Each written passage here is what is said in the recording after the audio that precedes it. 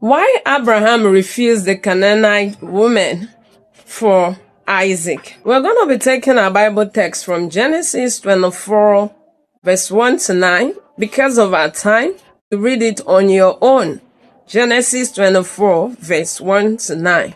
Please read it on your own so that you will understand what we're talking about here. Many people today choose relationships based only on beauty or on money.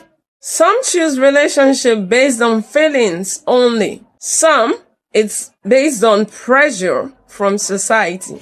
But in the Bible, Abraham understood something powerful. Who you join yourself with can affect your destiny, your faith, and your future generations. Before Abraham was about to leave this world, one of the most important things on his earth was not land, riches, or cattle. He wasn't thinking of the treasures he was leaving behind. What he was concerned about was of utmost priority. It was the spiritual future of his son, Isaac. So he called his servant and said to him, "Please, do not get a wife for my son from the daughters of the Canaanites." Read Genesis 24, verse 3. You will see why was Abraham so serious about this. First, Abraham wanted to protect Isaac's spiritual life.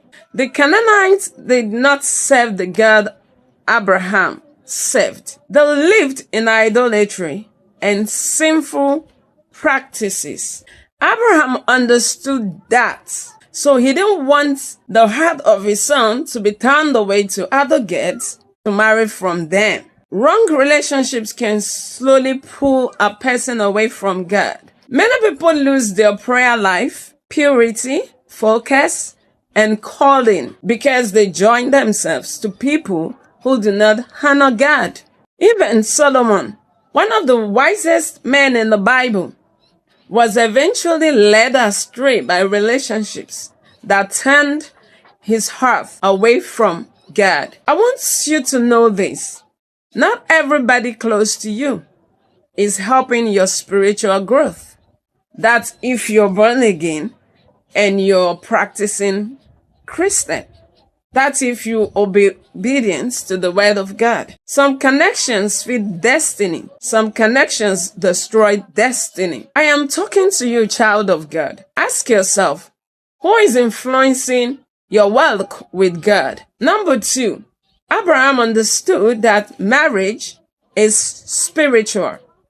Marriage is not just based or built on emotion. It is spiritual. The person you marry can affect your peace, can affect your destiny, can affect your future, your worship, your children, your purpose. Abraham understood all these things.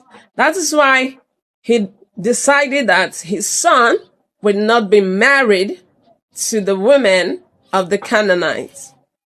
He understood that the person his son would marry would determine the future of his son. Abraham did not want Isaac to enter a union that would fight against the covenant he had with God and the covenant he has led him to build with God over time. Today,